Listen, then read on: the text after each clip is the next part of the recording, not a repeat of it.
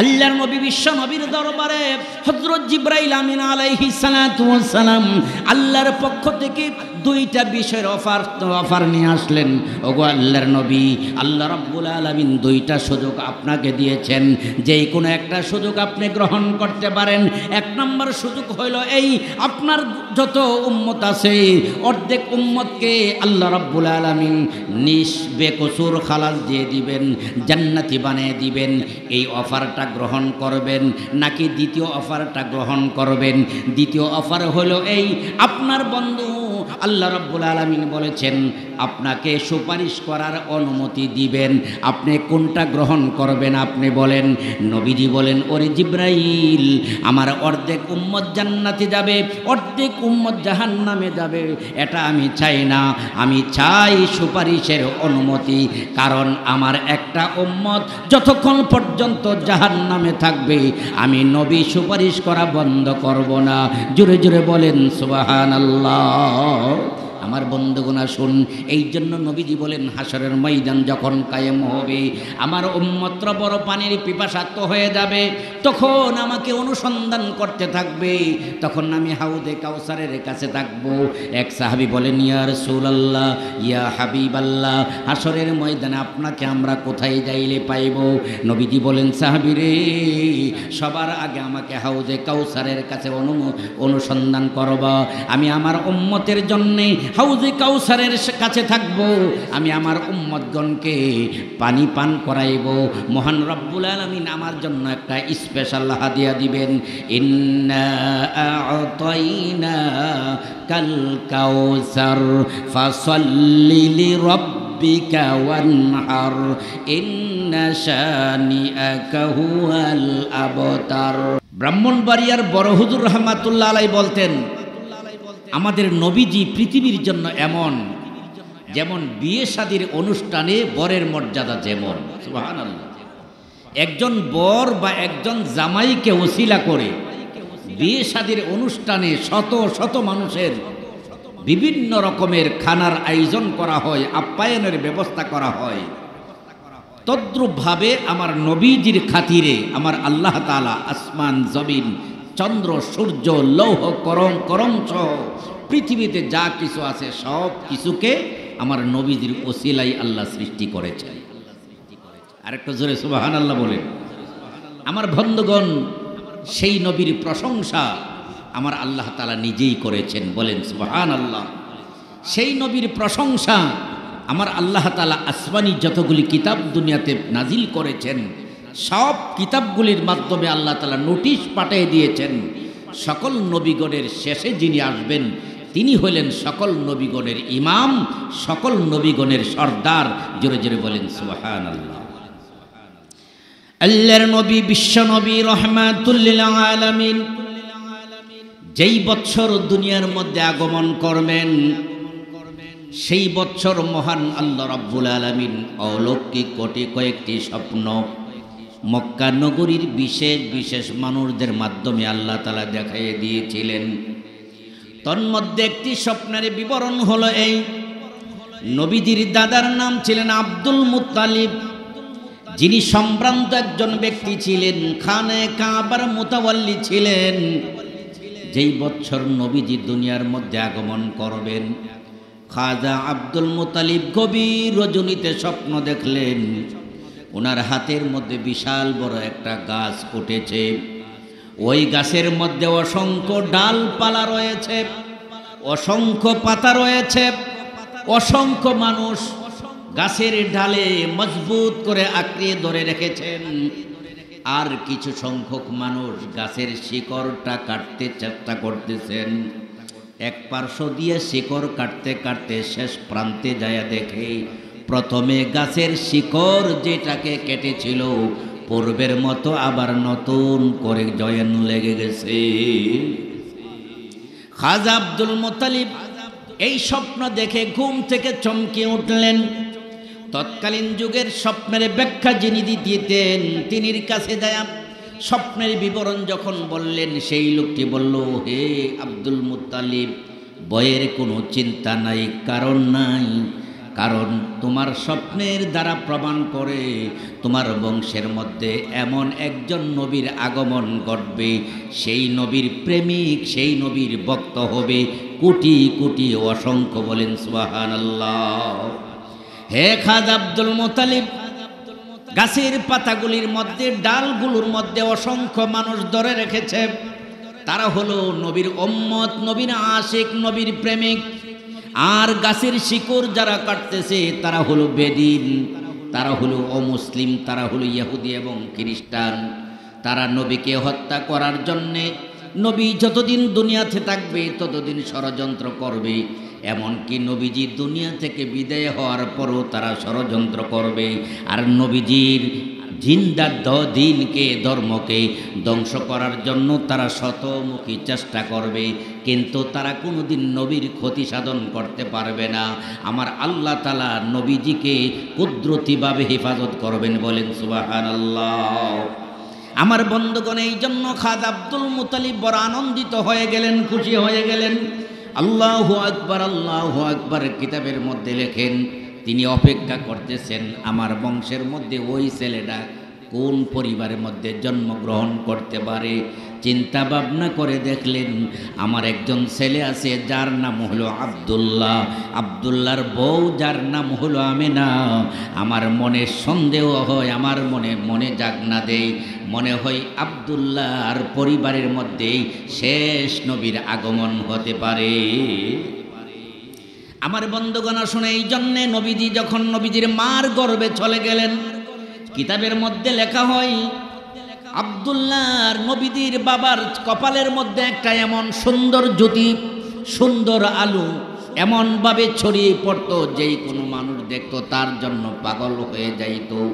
যেদিন নবীজির মার গর্ভে নবীজির আগমন হয়ে গেছে, সেদিন থেকে আব্দুল্লাহ নবীজির বাবার কপালের মধ্যে সেই নূরের জ্যোতি আর আলোটা দেখা যায় না। ওই জ্যোতিটা মা আমেনার ঘরের ভিতরে প্রবেশ করেছে। জোরে জোরে বলেন সুবহানাল্লাহ। খাজা আব্দুল মুত্তালিব খানে কাবার পাহারাদারি করতেন। আল্লাহু আকবার, আল্লাহু আকবার। সারাটা রাত পাহারাদারি করেছেন, কারণ এই খানে কাবার ছাদে ভিতরে আশেপাশে 360টার কম বেশি মূর্তি ছিল। রাত্রের বেলা তিনি পাহারাদারি করতেন। যেদিন নবীজি দুনিয়ার মধ্যে আগমন করবেন, নাও রাত্র নাও দিনে, এমন সময়ের মধ্যে তিনি খানে কাবার পর্দাটা সরাইলেন। খানে কাবার দরজার পর্দাটা সরাই দেখেন যতগুলি তাদের উপাস্য ছিল, যতগুলি মূর্তি ছিল, সবগুলি নবীজির বাড়ির দিকে সিজদায় পড়ে গেছে। খাজা আব্দুল মুত্তালিব আশ্চর্যান্বিত হয়ে গেল, কি বিষয়? আমরা যেইগুলোর পূজা করি, যেইগুলিকে আমরা নমস্কার করি, এইগুলি তো নড়াচড়া করতে পারে না, আজকে কেন আমার বাড়ির দিকে সিজদায় পড়ে গেছে? যারা আল্লাহর ঘর দেখেছেন অবশ্যই আপনারা দেখেছেন, খানে কাবার পূর্ব উত্তর পার্শ্বেই হলো প্রথম বাড়িটা হলো আবু জাহেলের, এরপরে হলো আমার নবীজির বাড়ি, এরপর ওই পাশেই হইল জাবালে আবু কুবাইস। সুবহানাল্লাহ। দৌড়ায় বাড়িতে গেলেন, বাড়ির আঙ্গিনায় যায় ডাক দিয়ে বললেন, হে আমেনা, আজকে কি বাড়িতে কোনো ঘটনা ঘটেছে? আমেনা বলেন, বাবা একটু আগে আপনার আদরের নাতি দুনিয়ার মধ্যে আগমন করেছে। খাজা আব্দুল মুত্তালিব বলতে লাগলো, আনন্দে বলতে লাগলো, সুফিয়া গো, ও আমেনা, ও আমার মেয়ে সুফিয়া, আমি আজকে এমন একটা আশ্চর্য ঘটনা খানে কাবার ভিতরে দেখলাম, যা জীবনে কোনোদিন আমি দেখি নাই। সুফিয়া বলেন, বাবা আপনি আশ্চর্য ঘটনা দেখেছেন একটা, আমি আশ্চর্য ঘটনা দেখেছি এই ঘরের মধ্যে কমপক্ষে 7টা। খাজা আব্দুল মুত্তালিব ডাক দিয়ে বললেন, হে মেয়ে সুফিয়া, কি কি আশ্চর্য ঘটনা দেখেছ বলো? তিনি ধারাবাহিকভাবে বলতে লাগলেন, বাবা যেই মাত্র আমেনার গর্ভ থেকে শিশু বাচ্চারা জন্মগ্রহণ করলো, ভূমিষ্ঠ হলো, তখন দেখলাম তার চেহারার মধ্যে এমন নুরি, এমন জ্যোতি, যেই আলোর দ্বারা পুরা আমেনার ঘরটা আলোকিত হয়ে গেছে। 2 নাম্বার আশ্চর্যের ঘটনা হলো, বাবা কত সন্তান ভূমিষ্ঠ হলো, কিন্তু কোনো সন্তানের এমন অবস্থা আমি দেখি নাই যেই অবস্থায় এই সন্তানটা জন্মের সময় দেখলাম। কি দেখলা গো সুফিয়া? সুফিয়া বলেন সন্তানটা মাটির মধ্যে সেজদায়, খানায়ে কাবার দিকে সেজদায় পড়ে গেছে। জোরে জোরে বলেন সুবহানাল্লাহ। 3 নম্বর আশ্চর্যের ঘটনা হলো বাবা, এই সন্তানটা সেজদা থেকে উঠে এমন সুন্দরভাবে আরবিতে কার প্রশংসা করেছেন? কার? জোরে বলেন কার? আল্লাহর প্রশংসা এমন সুন্দর প্রাঞ্জল ভাষা দিয়া করেছেন, আল্লাহু আকবার কাবীরা ওয়ালহামদুলিল্লাহি হামদান কাসীরা সুবহানাল্লাহি বুকরাতাও ওয়া আসীলা। জোরে জোরে বলেন আল্লাহু আকবার। 4 নম্বর হলো বাবা, এই সন্তানটার নাফ কাটার জন্য আমি ছুরি রেডি করলাম। আমি দেখলাম মার নারের সাথে তার নাফের কোনো কানেকশন নেই, কাটা অবস্থায় দুনিয়ার মধ্যে আগমন করেছেন। এরপরে আর আশ্চর্য ঘটনা দেখলাম গো বাবা, এই শিশু বাচ্চাটার উলট পালট আমি করতে লাগলাম। কোনো বাচ্চা যখন জন্মগ্রহণ করে তখন দায়ী মহিলারা বাচ্চাটার হাত পাগুলি টান দিয়া দেখে সবগুলো ঠিকঠাক আছে কিনা। সুফিয়া বলেন বাবা, এই সন্তানটা আমি উলট পালট করলাম, তার হাতে পায়ে অঙ্গে প্রত্যঙ্গে কোনো সমস্যা নেই, কিন্তু আশ্চর্যের বিষয় হলো সন্তানটার শিশু বাচ্চাটার পৃষ্ঠের মধ্যে এমন একটা খোদাই করা সিলমোহর দেখলাম। এই পর্যন্ত কোনো সন্তান কোনো শিশুর পৃষ্ঠে এমন সুন্দর চিহ্ন আমি দেখি নাই। ওই চিহ্নটা খোদাই করা চিহ্ন ছিল লা ইলাহা ইল্লাল্লাহু ইন্নী রাসূলুল্লাহ। জোরে জোরে বলেন আল্লাহু আকবার। আমার নবী যে নবী হবে, আল্লাহ তাআলা পৃষ্ঠ মোবারকের মধ্যে পিঠের মধ্যে খোদাই করে কালিমা রচিত করে দিয়েছেন। আওয়াজ করে বলেন আল্লাহু আকবার। এমন আশ্চর্যের ঘটনাগুলি শুনে খাজা আব্দুল মুত্তালিব ডাক দিয়ে বলল, হে আমেনা, আমি বুঝতে পেরেছি এই ঘটনাগুলির দ্বারা এই সন্তানটা বড় সম্মানিত হবে, প্রশংসিত হবে। এই সন্তানটার নাম কি রাখবা বলো?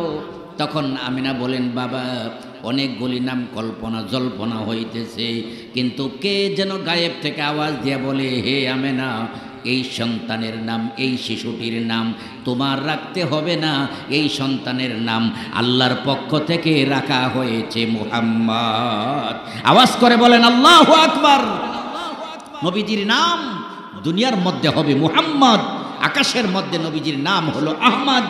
কোরআনুল কারীমের মধ্যে আসছে বাদিসমুহু আহমদ, আর নবীজির দুনিয়ার মধ্যে নাম হলো মুহাম্মদ।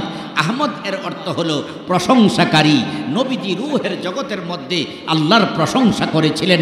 দুনিয়ার মধ্যে আমার নবীর নাম হলো মুহাম্মদ, এর অর্থ হলো প্রশংসিত। পৃথিবীতে যা কিছু আছে সব কিছু প্রশংসা করে আমার আল্লাহর, আর প্রশংসা করে আমার নবীর। বলেন সুবহানাল্লাহ। এমন কি স্বয়ং আল্লাহ তাআলাও কোরআনুল কারীমের মধ্যে বলেছেন, ওয়া রাফা'না লাকা যিকরাক, হে আমার হাবিব, হে আমার বন্ধু, আপনার শান, আপনার মান, আপনার ইজ্জত, আমার প্রশংসা আমি আল্লাহ তাআলা উচ্চ মর্যাদায় পৌঁছাই দিলাম। আওয়াজ করে বলেন আল্লাহু আকবার। এই আয়াতের ব্যাখ্যায় তাফসীরের কিতাবের মধ্যে লেখেন, যত জায়গায় আল্লাহর নাম আল্লাহ লাগিয়েছেন, যত জায়গায় আল্লাহর প্রশংসা কথা আল্লাহ বলেছেন, তত জায়গায় আমার নবীর প্রশংসাও আল্লাহ তাআলা লাগাই দিয়েছেন। বলেন আল্লাহু আকবার। যেমন আমরা নামাজের আগে আজান দেই, ইকামত দেই, আজানের মধ্যে যেমন হয় আল্লাহু আকবার, আল্লাহু আকবার, আশহাদু আল্লা ইলাহা ইল্লাল্লাহ, এরপরেই আমার নবীর নাম আছে আশহাদু আন্না মুহাম্মাদুর রাসূলুল্লাহ। সুবহানাল্লাহ বলেন। তদ্রুপ একামতের মধ্যে যেমন আল্লাহর নামে আলোচনা হয়, নবীর নামেও আলোচনা হয়। নামাজের মধ্যে যখন দাঁড়াই সানা পড়ি, সর্বপ্রথম নিয়ত বেঁধে সুবহানাকাল্লাহুম্মা বিহামদিকা ওয়া তাবারাকা ইসমুকা, এই সানাটা পড়ি। আবার সালাম ফিরাইবার আগে আত্তাহিয়াতু পড়ি, দরুদ শরীফ পড়ি, দোয়ায়ে মাসুরা পড়ি। বোঝা গেল আল্লাহর প্রশংসার পাশাপাশি আমার নবীর দুরুদও আল্লাহ লাগাই দিয়েছেন। সুবহানাল্লাহ বলেন। কবরের জগতের মধ্যে যখন কোনো মানুষকে দাফন করা হবে, 3টা বিষয়ে প্রশ্ন করা হবে। 1 নম্বর বিষয় হলো মার রব্বুকা, তোমার রবকে। 2 নম্বর হলো ওয়ামা দীনুকা, তোমার ধর্মের নাম কি। 3 নাম্বার হলো ওয়ামান নাবিয়্যুকা, তোমার নবীর পরিচয় কি? বোঝা গেল কবরের জগতের মধ্যে যেই ইন্টারভিউ হবে, ওই ইন্টারভিউর মধ্যে আল্লাহর নামের যেমন একটা প্রশ্ন, আমার নবীর পরিচয়ের একটা প্রশ্ন আছে। জোরে জোরে বলেন সুবহানাল্লাহ। আমার বন্ধুগণ শুন, আল্লাহ রাসূলের মর্যাদা আল্লাহর হাবিব হাদিস শরীফের মধ্যে বলেছেন, শোনো আল্লাহ তাআলা পৃথিবীর মধ্যে আমাকে সবচেয়ে বেশি ভালোবাসেন। উম্মত শোনো, আল্লাহর কাছে যত আবেদন করবে, যত দরখাস্ত করবে, ওই দরখাস্ত করার আগে যদি দরুদ শরীফ না পড়ো, তোমার দোয়াটি আকাশের উপরে উঠবে না, আকাশের নিচে ঝুলন্ত অবস্থায় থাকবে। এর দ্বারা বোঝা গেল আমার নবীর দরুদ শরীফটার এত মর্যাদা, আল্লাহর কাছে দোয়া মঞ্জুর হওয়ার জন্য আমার নবীর দরুদ শরীফ একটা শর্ত। জুড়ে বলেন সুবহানাল্লাহ। সুতরাং সেই নবীর শান এবং মান মর্যাদা যেই জায়গায় আল্লাহ এমনভাবে প্রত্যেকটা জায়গায় দুনিয়াতে যেমন দিয়েছেন পরকালেও দিবে। সুতরাং সেই নবীর শান এবং মান মর্যাদা আলোচনা করতে আমাদের মতন আশেকে রাসূল যারা আমরা আছি, আমাদের অন্তরে বলতেও শান্তি লাগে, শুনতেও শান্তি লাগে। কথা বলেন ঠিক ঠিক না? আমার বন্ধুগণ শুনে, এই জন্য আমার নবীজি দুনিয়ার মধ্যে আগমন করেছেন। বন্ধু হে, সেই নবীর আগমনের সংবাদ শোনা মাত্র 100 বছরের প্রজ্বলিত একটা আগুন ছিল, ওই আগুনটা নিজে নিজে নিভে গেছে। জোরে জোরে বলেন সুবহানাল্লাহ। আমার বন্ধুগণ, যেই আলোচনাগুলো করলাম এইগুলির নাম হলো মিলাদুন নবী, নবীজির জন্মের বৃত্তান্ত, নবীজির জন্মের সময় অলৌকিক ঘটনা। বন্ধু হে, নবীজির জন্মের সময় যতগুলি অলৌকিক ঘটনা ঘটেছে, কিয়ামত পর্যন্ত কোনো মানুষের মাধ্যমে এই উদযাপন করা সম্ভব হবে না। কথা বলেন ঠিক কি ঠিক না? শিশু নবী সম্পর্কে দাত্রী মহিলা হালিমাতুস সাদিয়া রাদিয়াল্লাহু তাআলা আনহা বলেন, আমার একটা সন্তান ছিল যার নাম হলো আব্দুল্লাহ, আর শিশু মুহাম্মদকে আমি দুধ পান করাইবার জন্য আনলাম। শিশু মুহাম্মদ সব সময় আমার ডান পাশের দুধ পান করত, আমি কোনোদিন তাকে বাম স্তনের দুধ পান করাইতে পারি নাই, কারণ আল্লাহ তাআলা শিশু অবস্থায় তাকে এমন ইনসাফ দিয়েছেন, নবীজির দুধ ভাই যে একজন আছে আব্দুল্লাহ, আব্দুল্লাহর জন্য একটা স্তন আর নবীর জন্য হলো আরেকটা স্তন। এর দ্বারা বোঝা যায় আমার নবী শিশু অবস্থায় আমার নবীকে ইনসাফ আল্লাহ শিক্ষা দিয়েছেন। আওয়াজ করে বলেন সুবহানাল্লাহ। আরব দেশের মধ্যে অনাবৃষ্টি দেখা দিল, বৃষ্টি বাদল হয় না। নবীজির শান এবং মান শিশু অবস্থায় মক্কা নগরীর মধ্যে প্রচার হয়ে গেল। সবাই যায় আবু তালেবের কাছে যায়, বলেন, হে আবু তালেব, তোমার যে একজন ভাতিজা আছে যার নাম হলো মুহাম্মদ, তার নামের দ্বারা অনেক কিছু হয় আমরা শুনেছি। হালিমাতুস সাদিয়ার ভাগ্য পরিবর্তন হয়ে গেছে এই শিশুটি নেওয়ার কারণে। শিশু মুহাম্মদ যেই দিকে যায় সেই দিকেই বরকত আর বরকত, রহমত আর রহমত। অনাবৃষ্টি দেখা দিয়েছে, বৃষ্টি বাদল যদি না হয় আমাদের ফসলগুলো নষ্ট হয়ে যাবে। কাবার মালিকের কাছে শিশু মুহাম্মদকে নিয়ে সুপুর্দ করে বলো, হে কাবার মালিক, যদি এই শিশু মুহাম্মদকে তুমি ভালোবাসো, এর ওসিলাই তুমি পবিত্র মক্কা নগরীর মধ্যে বৃষ্টি বর্ষণের ব্যবস্থা করে দাও। সুবহানাল্লাহ। আবু তালেবের কাছে যখন সেই প্রস্তাব নিয়ে গেল, শিশু মুহাম্মদকে কুলে নিলেন, কুলে নিয়ে খানায় কাবার গায়ে হাত লাগায় বলেন, হে খানায় কাবার মালিক, এই শিশু বাচ্চা যদি তোমার কাছে বড় প্রিয় হয়ে থাকে, এর বরকতে তুমি বৃষ্টির ব্যবস্থা করে দাও। রাসূলের নামের দোহাই দিতে দেরি হয়েছে, পবিত্র মক্কা নগরীর মধ্যে এত প্রচুর পরিমাণ বৃষ্টি বর্ষণ হয়েছে, এই সিজনে আর কোনো বৃষ্টির কোনো প্রয়োজন হয় নাই। আওয়াজ করে বলেন আল্লাহু আকবার। আমার বন্ধুগণা শুন, এমন শত শত ঘটনা আমার রাসূলের ছোটবেলা থেকে দুনিয়া থেকে বিদায় হওয়া পর্যন্ত প্রত্যেকটি ঘটনার দিকে যদি খেয়াল করি, আমার নবীর প্রশংসা আলোচনা করে শেষ করা সম্ভব হবে না। কথা বলেন ঠিক কিনা? উল্লেখযোগ্য ঘটনা আপনারা অনেক জানেন, তন্মধ্যে একটি হলো বাবা আদম মা হাওয়াকে রব্বুল আলামিন জান্নাত থেকে দুনিয়াতে পাঠিয়ে দিলেন। একজনকে পাঠাইলেন জিদ্দায়, আরেকজনকে পাঠাইলেন শ্রীলঙ্কায়। জান্নাতের মধ্যে একটা আল্লাহর আইন লঙ্ঘন করার কারণে আমার বন্ধু হে 350 বছর পর্যন্ত কান্না করলেন। আমার আল্লাহ তাআলা বাবা আদম মা হাওয়ার কান্নার দিকে ভ্রুক্ষেপ করেন নাই। অবশেষে বাবা আদম আল্লাহর কাছে বলেন, আল্লাহ 950 বছর পর্যন্ত প্রায় কান্নাকাটি করলাম, আমাকে তুমি ক্ষমা করো নাই। প্রভু হে, জান্নাতের দরজায় দরজায় যেই নাম তোমার নামের সাথে লেখা, লা ইলাহা ইল্লাল্লাহু মুহাম্মাদুর রাসূলুল্লাহ সাল্লাল্লাহু আলাইহি ওয়াসাল্লাম, ওই ব্যক্তির নামের ওসিলা তুমি আমাকে ক্ষমা করে দাও। আমার নবীর নামের দোহাই দিতে দেরি হয়েছে। বাবা আদম মা হাওয়ার দোয়া রব্বুল আলামিন কবুল করতে দেরি করেন না। সুবহানাল্লাহ বলেন। আমার বন্ধুগণ, আসুন এর দ্বারা বুঝেন আমার নবীর নামের কত বড় বরকত। বলেন আল্লাহু আকবার। আমাদের আকাবিরদের মধ্যে ছিলেন হাকিমুল উম্মত হযরত আশরাফ আলী থানভী রহমাতুল্লাহ আলাইহি। উনাকে উনার এক ভক্ত একটা ব্যাগ বানিয়ে দিয়েছেন আর ব্যাগের মধ্যে নাম লিখে দিয়েছেন। সেই ব্যাগের মধ্যে একটু জিকির করেন, লা ইলাহা ইল্লাল্লাহু মুহাম্মাদুর রাসূলুল্লাহ সাল্লাল্লাহু আলাইহি ওয়াসাল্লাম। আমার বন্ধুগণ, আসুন সেই নবীর শান এবং মান মর্যাদা আওয়াজ করে বলেন, বাড়ায় দিলেন, জোরে বলেন কে? আরেকটু জোরে বলেন কে? দুনিয়ার মধ্যে যেমন সম্মান, পরকালের মধ্যে হবে সম্মান। হাদিসে কুদসির মধ্যে আসছে, হাসরের ময়দান যখন কায়েম হবে, অর্ধ হাত মাথার উপরে সূর্য আসবে, প্রত্যেক মানুষ নাফসি নাফসি করে কান্নাকাটি করবে। আল্লাহু আকবার, আল্লাহু আকবার। জাহান্নামটাকে হাসরের ময়দানে অদ্ভুত প্রাণীর আকৃতিতে বাম পার্শ্বে দাঁড় করাইবেন।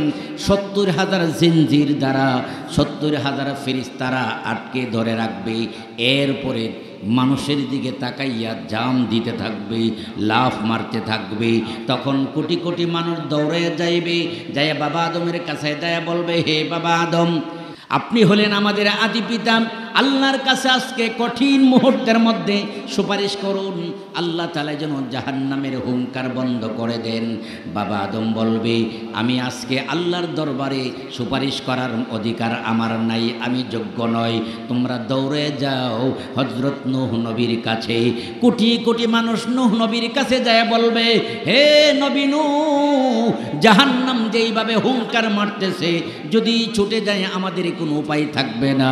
আল্লাহর কাছে সুপারিশ করেন জাহান্নামের হুঙ্কার যেন বন্ধ হয়ে যায়। নূহ নবী বলবেন, না, আমার দ্বারাও সুপারিশ করা সম্ভব হবে না। যাও তোমরা মূসা কালিমুল্লাহর কাছে। মূসা কালিমুল্লাহ বলবে, না না, আমার দ্বারা সম্ভব হবে না। যাও তোমরা ঈসা রূহুল্লাহর কাছে, তিনিও বলবে আজকে আমার জন্য সুপারিশ করা সম্ভব হবে না। সবাই চলে যাও ইমামুল মুরসালিন নবিকুল শিরোমণি মুহাম্মাদুর রাসূলুল্লাহ সাল্লাল্লাহু আলাইহি ওয়াসাল্লামের দরবারে। কোটি কোটি মানুষেরা তখন নবীজির দরবারে যাবে। নবীজির কাছে যায়া বলবে, ইয়া রাসূলুল্লাহ, ইয়া হাবিবাল্লাহ, জাহান্নাম যেইভাবে হুঙ্কার মারতেছে, আমাদের কোনো উপায় থাকবে না, যদি ছুটে যাই। আল্লাহর দরবারে সুপারিশ করেন আল্লাহ যেন জাহান্নামের হুঙ্কার বন্ধ করে দেয়। তখন নবীজি সঙ্গে সঙ্গে সিজদায় পড়ে আল্লাহর কাছে কান্না করবে, আল্লাহ জাহান্নামের হুঙ্কার বন্ধ করে দাও, নতুবা আমার উম্মতরা তো হিসাব নিকাশ দিতে পারবে না। আমার আল্লাহ তাআলা বলবেন, ইরফা রাসাকা, আমার বন্ধু হে আপনি হাত মোবারক উঠান, হাত মোবারক উঠান, মাথা উঠান, মাথা উঠাইবেন, হাত মোবারক উঠান, হাত মোবারক উঠাইবেন।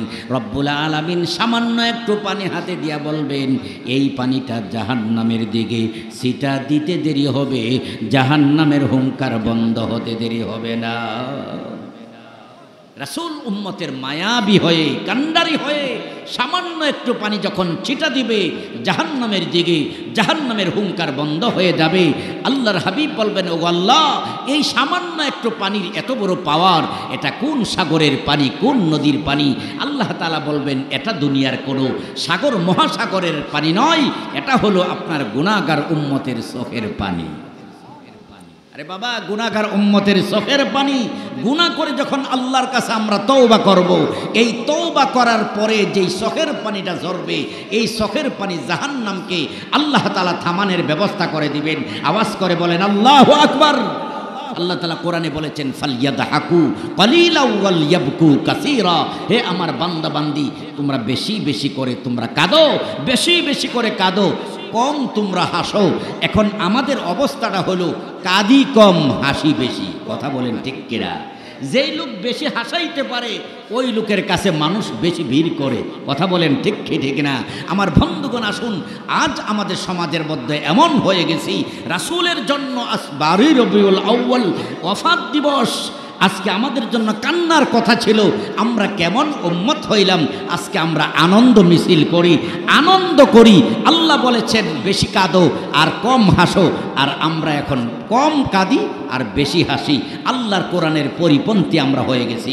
আওয়াজ করে বলেন ঠিক ঠিক না? আমার বন্ধুগণ, এর দ্বারা বোঝা গেল কঠিন হাসরের ময়দানে উম্মতের সবচেয়ে বড় কান্ডারি হবে আমার নবী মুহাম্মদ। বলেন সুবহানাল্লাহ। আমার বন্ধুগণ, আসুন, সেই নবী দুনিয়ার মধ্যে জন্য যেমন রহমত, পরকালের জন্য রহমত। ওয়ামা আরসালনাকা ইল্লা রাহমাতাল লিল আলামিন। আল্লাহ রাব্বুল আলামিন বলেন, বন্ধু হে, দুনিয়ার জন্য, বিশ্বজগতের জন্য আমি আল্লাহ তাআলা রহমত স্বরূপ আমি পাঠাইলাম। দুনিয়ার মধ্যে যেমন ছিল নবীজি রহমত, পরকালের জন্য হবে নবীজি রহমত। উম্মতের জন্য এত রহমত, এত বরকত। নবীজি বলেন, আমার একটা কালেমাওয়ালা উম্মত যতক্ষণ পর্যন্ত জাহান্নামে থাকবে, আমি নবীর সুপারিশ বন্ধ হবে না। প্রত্যেকটা উম্মতের জন্য আমি আল্লাহর দরবারে সুপারিশ করব। জোরে জোরে বলেন সুবহানাল্লাহ। আল্লাহর নবী বিশ্ব নবীর দরবারে হযরত জিবরাইল আমিন আলাইহিস সালাতু ওয়াস সালাম আল্লাহর পক্ষ থেকে দুইটা বিষয়ের অফার নিয়ে আসলেন। ওগো আল্লাহর নবী, আল্লাহ রাব্বুল আলামিন দুইটা সুযোগ আপনাকে দিয়েছেন, যেই কোনো একটা সুযোগ আপনি গ্রহণ করতে পারেন। এক নম্বর সুযোগ হইল এই, আপনার যত উম্মত আছে অর্ধেক উম্মতকে আল্লাহ রাব্বুল আলামিন বেকসুর খালাস দিয়ে দিবেন, জান্নাতি বানিয়ে দিবেন। এই অফারটা গ্রহণ করবেন নাকি দ্বিতীয় অফারটা গ্রহণ করবেন? দ্বিতীয় অফার হলো এই, আপনার বন্ধু আল্লাহ রাব্বুল আলামিন বলেছেন আপনাকে সুপারিশ করার অনুমতি দিবেন। আপনি কোনটা গ্রহণ করবেন? আপনি বলেন। নবীজি বলেন, ওরে জিবরাইল, আমার অর্ধেক উম্মত জান্নাতে যাবে, অর্ধেক উম্মত জাহান্নামে যাবে, এটা আমি চাই না। আমি চাই সুপারিশের অনুমতি, কারণ আমার একটা উম্মত যতক্ষণ পর্যন্ত জাহান্নামে থাকবে আমি নবী সুপারিশ করা বন্ধ করব না। জোরে জোরে বলেন সুবহানাল্লাহ। আমার বন্ধুগণ, আসুন, এই জন্য নবীজি বলেন হাসরের ময়দান যখন কায়েম হবে, আমার উম্মতরা বড় পানির পিপাসার্ত হয়ে যাবে, তখন আমাকে অনুসন্ধান করতে থাকবে। তখন আমি হাউদে কাউসারের কাছে থাকব। এক সাহাবী বলেন, ইয়া রাসূলুল্লাহ, ইয়া হাবিবাল্লাহ, হাসরের ময়দানে আপনাকে আমরা কোথায় যাইলে পাইব? নবীজি বলেন, সাহাবী রে, সবার আগে আমাকে হাউদে কাউসারের কাছে অনুসন্ধান করবা। আমি আমার উম্মতের জন্যে হাউজে কাউসারের কাছে থাকবো, আমি আমার উম্মতগণকে পানি পান করাইব। মহান রব্বুল আলামিন আমার জন্য একটা স্পেশাল হাদিয়া দিবেন। ইন্না আ'তাইনাকাল কাউসার ফাসাল্লি লিরাব্বিকা ওয়ানহার ইন্না শানিআকা হুয়াল আবতার। আমার বন্ধুগণ, রাসূল করিম সাল্লাল্লাহু আলাইহি ওয়াসাল্লাম বলেন, হে সাহাবীরা, হাউজে কাউসার কি তোমরা জানো? হাউজে কাউসার হলো জান্নাতের একটা নহর, যেই নহরের পানি হবে দুধের চেয়ে আরো সাদা, ও মধুর চেয়ে আরো মিষ্টি। এক গ্লাস পানি পান করলে হাসরের ময়দানে আর কোনোদিন পানির পিপাসা লাগবে না। জোরে জোরে বলেন সুবহানাল্লাহ। সাহাবায়ে কেরাম বললেন, ইয়া রাসূলুল্লাহ, কোটি কোটি উম্মতদেরকে হাউজে কাউসারের পানি করাইবার জন্য এতগুলো গ্লাস কোথায় পাইবেন? নবীজি বলেন, সাহাবীরা রে, তোমরা তো জানো না, হাসরের ময়দানে হাউজে কাউসারের পানি পান করাইবার জন্যে আমার আল্লাহ তাআলা এত অসংখ্য গ্লাসের ব্যবস্থা করবেন। নুজুমিহি কা নুজুমিস সামাই, আকাশের মধ্যে যেমন অগণিত তারকা রয়েছে এমন অগণিত গ্লাসের ব্যবস্থা আল্লাহ তাআলা করবেন। সুবহানাল্লাহ। রাসূল বলেন আমি উম্মতের জন্য পানি নিয়ে দাঁড়ায় থাকবো। সাহাবী বলেন হুজুর সেখানে না পাইলে কোথায় পাইব? নবীজি বলেন আমাকে পাইবা ফুল সিরাতের ব্রিজে, সেখানে যদি না পাই কোথায় পাইব? রাসূল বলেন পাইবা মিজানের কাছে। কারণ উম্মত কিভাবে অতি সহজে এই ঘাটিগুলি পাড়ি দিয়ে জান্নাত পর্যন্ত পৌঁছতে পারবে, আমি রাসূল মুরগির মতন ছোটাছুটি করতে থাকবো। আওয়াজ করে বলেন সুবহানাল্লাহ। আমার বন্ধুগণ আসুন, সেই উম্মতের কান্ডারি দুনিয়াতে যেমন ছিলেন উম্মতের কান্ডারি, পরকালে হবে আমার নবী উম্মতের কান্ডারি। বলেন সুবহানাল্লাহ। আমার বন্ধুগণ, সেই রাসূল করিম সাল্লাল্লাহু আলাইহি সাল্লামের সুন্দর আদর্শ আমাদের জন্য রয়েছে পালনীয়। এই জন্য আল্লাহ তাআলা কোরআনুল কারীমের মধ্যে বলেছেন ওয়া ইন্নাকা লাআলা খুলুকিন আযীম। আল্লাহ রাব্বুল আলামিন বলেন বন্ধু হয়ে আপনাকে আমি আল্লাহ রাব্বুল আলামিন মহান চরিত্রের অধিকারী দিলাম। এই দুনিয়ার মানুষ কিয়ামত পর্যন্ত যত মানুষ আসবে সব মানুষগুলো আপনার চরিত্রের গুণগান আলোচনা করবে। বলেন সুবহানাল্লাহ। আমার বন্ধুগণ আসুন, আজকে শুধু 12 রবিউল আউয়ালে নয়, রবিউল আউয়াল মাস আগার আগ থেকেই প্রতি জুমায় আমরা নবীজির শান এবং মান এবং মর্যাদা আলোচনা করতেছি। যতদিন বেঁচে থাকব আমার নবীজির শান এবং মান আমরা আলোচনা করব এবং আমার নবীর জন্য আমরা নিবেদিত প্রাণ হব। কথা বলেন ঠিক কিনা? এই জন্য রাসূল করিম সাল্লাল্লাহু আলাইহি ওয়াসাল্লাম বলেন আকমালুল মুমিনিনা ঈমানান আহসানুহুম খুলুকা। রাসূল বলেন ওই ব্যক্তি হলো পরিপূর্ণ মুমিন যার স্বভাব চরিত্র ভালো, যার চাল চলন ভালো, যার কথাবার্তা ভালো, যার লেনদেন ভালো, যে সমাজের মধ্যে ভালো, সে হলো পরিপূর্ণ মুমিন। সুবহানাল্লাহ। বলেন আজকে আমরা কত নম্বরের মুমিন যাচাই বাছাই করলে একটু থার্মোমিটার যেমন জিহ্বার নিচে লাগাইলে জ্বরের পরিমাণ কতটুকু আছে, হাতের বুগুলের নিচে থার্মোমিটারটা দিলে জ্বরের পরিমাণ কতটুকু আছে বোঝা যায়। আমার মধ্যে কতটুকু ঈমান আছে রাসূলের হাদিসের দ্বারা যদি একটু যাচাই করি তাহলে আমরা বুঝতে পারবো আমাদের ঈমানের পরিমাণটা কতটুকু আছে। আওয়াজ করে বলেন ঠিক ঠিক না? তন্মধ্যে আমার আগে উলামায়ে কেরাম বয়ান করেছেন খাঁটি মুমিন হতে হলে রাসূল বলেছেন লা ইউমিনু আহাদুকুম হাত্তা আকুনা আহাব্বা ইলাইহি মিন ওয়ালিদিহি ওয়া ওয়ালাদিহি ওয়ান নাসি আজমাইন।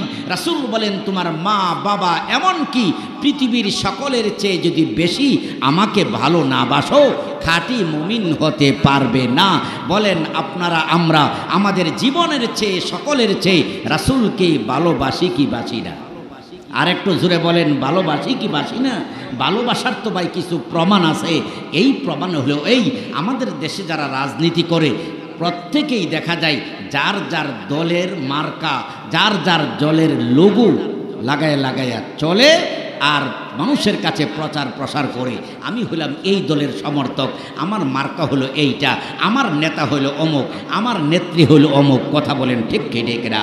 তদ্রূপভাবে আমার মধ্যে একটা লোগো থাকতে হবে আমি যে রাসূলের প্রেমিক, আমার মধ্যে এমন প্রমাণ থাকতে হবে আমি যে রাসূলের একজন আশিক। এই প্রমাণ যার শরীরের মধ্যে আছে, যার মধ্যে লোগোগুলি রয়েছে, সেই হলো আসল রাসূলের প্রেমিক। আওয়াজ করে বলেন আল্লাহু আকবার। এই রাসূল করিম সাল্লাল্লাহু আলাইহি ওয়াসাল্লামের প্রেমিক হওয়ার জন্য 1 নাম্বার হলো রাসূলের সুন্নত, 2 নাম্বার হলো রাসূলের পথ, 3 নাম্বার হলো রাসূলের অনুসরণ। এই কাজগুলি যারা করবে তারাই হলেন 1 নাম্বার মুমিন। জোরে বলেন সুবহানাল্লাহ। আপনাদের কাছেই আপনাদের গ্রামে আমার প্রিয় শ্রদ্ধাভাজন বড় ভাই হযরত মাওলানা আলহাজ গাজী নিয়াজুল করিম সাহেব বারাকাল্লাহু ফি হায়াতিহি আপনাদেরকে নিয়ে যে সুন্দর একটা বাইতুল করিম মসজিদ মাদ্রাসা কমপ্লেক্স বানিয়েছেন। এক ধরনের ড্রেস সব পরেছে মাথা থেকে পা পর্যন্ত। 7 বছরের ছেলেও যদি মাদ্রাসায় ভর্তি হয়, ভর্তি হবার আগেই পাঞ্জাবি, টুপি, ডিলা, কলক এইগুলি নিয়ে আসে। এইগুলোর দ্বারা প্রমাণ হয় এই মাদ্রাসা হলো রাসূলের প্রেমিক বানাইবার জন্যে একটা কারখানা। কথা বলেন ঠিক কিনা? এই মাদ্রাসায় পড়াশোনা করে যখন জামিয়া ইউনুসিয়া মাদ্রাসায় যাবে, আমাদের উস্তাদগণ, আমার শাইখ মুর্শিদ শিক্ষা সচিব বলে যে মাথার টুপিটা খোলো, দেখবে তার দাড়িটা ঠিক আছে কিনা। যদি দাড়ি কাটে তাহলে এই ছাত্রকে জামিয়া ইউনুসিয়ায় ভর্তি করা হয় না। যদি চুলগুলি সুন্নতের পরিপন্থী থাকে বিভিন্ন বেঈমানদের মতো, এই ছাত্রকে ভর্তি করা হয় না। যদি দেখা যায় তার পাঞ্জাবিরা সুন্নত তরিকা হয় নাই, এই ছাত্রকে ভর্তি করা হয় না। এর দ্বারা বোঝা গেল জামিয়া ইউনুসিয়া মাদ্রাসা হলো সুন্নত জিন্দা করার একটা কারখানা। কথা বলেন ঠিক কিনা? আমার বন্ধুগণ আসুন, মাথা থেকে পাতা পর্যন্ত আমার সুন্নত থাকতে হবে। ঘর থেকে সংসদ পর্যন্ত রাসূলের সুন্নত যখন আমি বাস্তবায়ন করব, তখন বোঝা যাবে আমি একজন রাসূলের প্রেমিক। আওয়াজ করে বলেন ঠিক না? আমার বন্ধুগণ আসুন, এই জন্য দুঃখের সাথে বলতে হয়, এলাকার সকল মুসলমানদেরকে বলি, আমরা এমন একটা পর্যায়ে এখন চলে গেছি, যারা সুন্নত মানে তাদেরকে আমরা বলি ওয়াহাবি, আর যারা সুন্নতের দাঁড়দারি নাই আমরা নিজেকে নিজে দাবি করি সুন্নি। কথা বলেন ঠিক কিনা? আমার বন্ধুগণ আসুন, কিছু ভাইদের দৃষ্টি আকর্ষণ করে বলতে চাই, মাথার চুল রাখার 3টা তরিকা আছে। সর্বোচ্চ হইল কানের পরে হইল ঘাড়। আমাদের মধ্যে কিছু আলেম সমাজের চুল এমন আছে, পিছনের দিকটা তাকাইলে এত লম্বা, নারী না পুরুষ চিনা বড় দায়। আর একটু জোরে বলেন।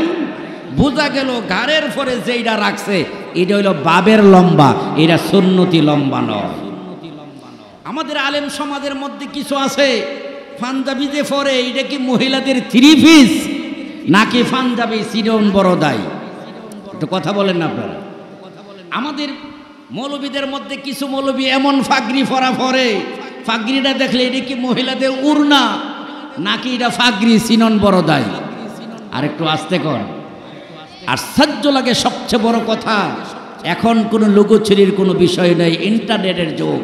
মোবাইলে চার্জ দিয়া দেখেন, যেই সকল ভাইয়েরা আজকে আমরা নিজেকে নিজে আশেকে রাসূল দাবি করতেছি, আমার বউ পর্দায় আছে কিনা, আমার বোন পর্দায় আছে কিনা, আমার ফির্ম পর্দা করে কিনা, আমার মুরিদ পর্দা করে কিনা, আমি নামাজ পড়ি কিনা, আমার পরিবারের মধ্যে নবীর সুন্নত আছে কিনা, এমন কি সুন্নত তো নাই, কুফুরি কাজের মধ্যে এখন আমরা লিপ্ত হয়ে গেছি। আর একটু জোরে বলেন ঠিক না? আশ্চর্য লাগে, পীর আপনার বাড়িতে আসবে আর আপনার বউ যে পীরের গায়ে মেসেজ করবে, সারা রাত পীরের রুমের মধ্যে থাকবে, এর চেয়ে বদমাশি কারবার আর কোনোদিন হতে পারে না। এটা সুন্নি নামে কলঙ্ক। আর একটু জোরে বলেন ঠিক না? আমার বন্ধুগণ আসুন, বলতে লজ্জা লাগে। এই জন্য বন্ধুগণ এখনো সময় আছে, মৃত্যুর আগে সরল সঠিক পথে আসুন। মাওলানা নিয়াজুল করিম সাহেব আপনাদেরকে ডাকতেছেন, খারাপের দিকে নয়।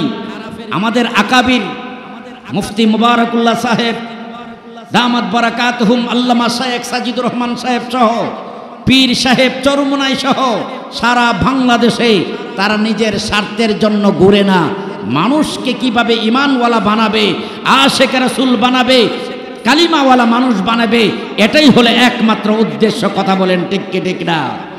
সুতরাং উল্টা নখে খাজ্জায় কোনো লাভ নাই। এখন ইন্টারনেটের যুগ। রাসূল বলেছেন, পৃথিবীতে যদি আল্লাহর কুদরতি পা ছাড়া আর কারো পায়ে সেজদা করা যাইতো, আমি মহিলাদেরকে বলতাম, হে মহিলারা শোনো, তোমরা তোমাদের স্বামীদের পায়ে সেজদা করো।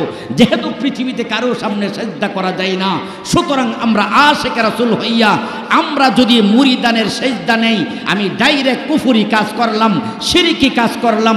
যেই মুরিদে আমার পায়ের মধ্যে সেজদা করলো, হেও কুফরি এবং শিরিক কাজ করলো, শিরিক এবং কুফরি কাজ করে কোনোদিন আশেক রাসূল হতে পারে না, আশেকে মাওলা হতে পারে না, ওলি আউলিয়া হতে পারে না। কথা বলেন ঠিক কিনা?